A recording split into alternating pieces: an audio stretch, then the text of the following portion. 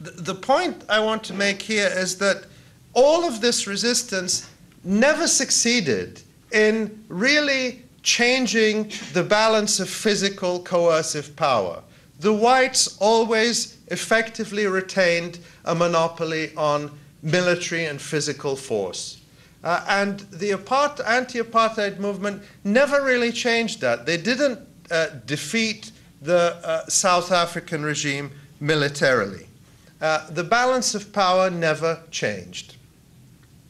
What happened, and what I think was crucial, is that the apartheid regime, which had enjoyed considerable legitimacy among Europeans and Americans up until at least the 1950s, began to lose its legitimacy. Up to that point, in Britain and in other parts of Europe, there was tremendous sympathy for what was called the predicament of whites in Africa in the context of decolonization.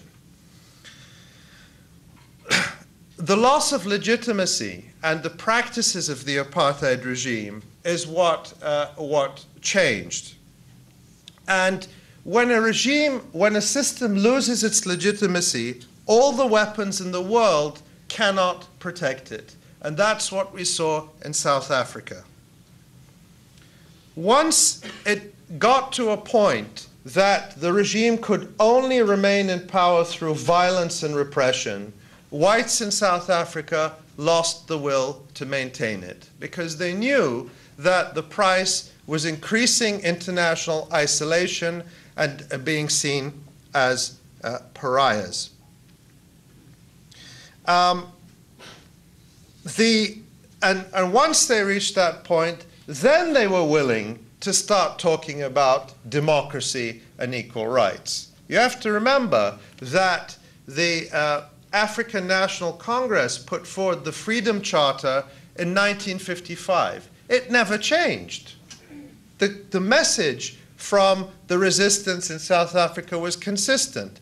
Our demand is for freedom, for one person, one vote, for equality, for decolonization. It never changed. But as long as whites felt immune to the effects of apartheid, as long as they could get away with it, they had no incentive to read the Freedom Charter. And they could demonize Africans as much as they wanted and say these people are barbarians, and if we were to let them get their hands on the levers of power, they would slaughter us in our beds, whites would be thrown into the sea. It was costless for them to say that. Once internal resistance and international solidarity in the form of boycott, divestment, and sanctions raised the cost of the status quo for the apartheid regime and those who benefited from it, then they said, okay, let's talk. Let's hear what you have to say. Now we want to know what your vision is for the future of South Africa. So BDS created the conditions for dialogue and ultimately for an end to the conflict that were impossible as long as that balance of power was unchallenged. I would argue that we're beginning to see, I don't think it's yet at full speed, but we're beginning to see a similar loss of legitimacy for Zionism and for the practices that Israel has engaged in. And many Israelis worry about this very openly. I am convinced that that the loss of legitimacy of the Zionist idea, of the idea of a special state for a special people, is irreversible.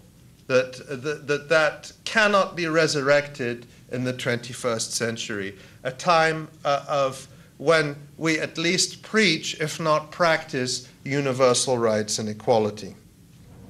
More of Abu Nima's talk on our next program.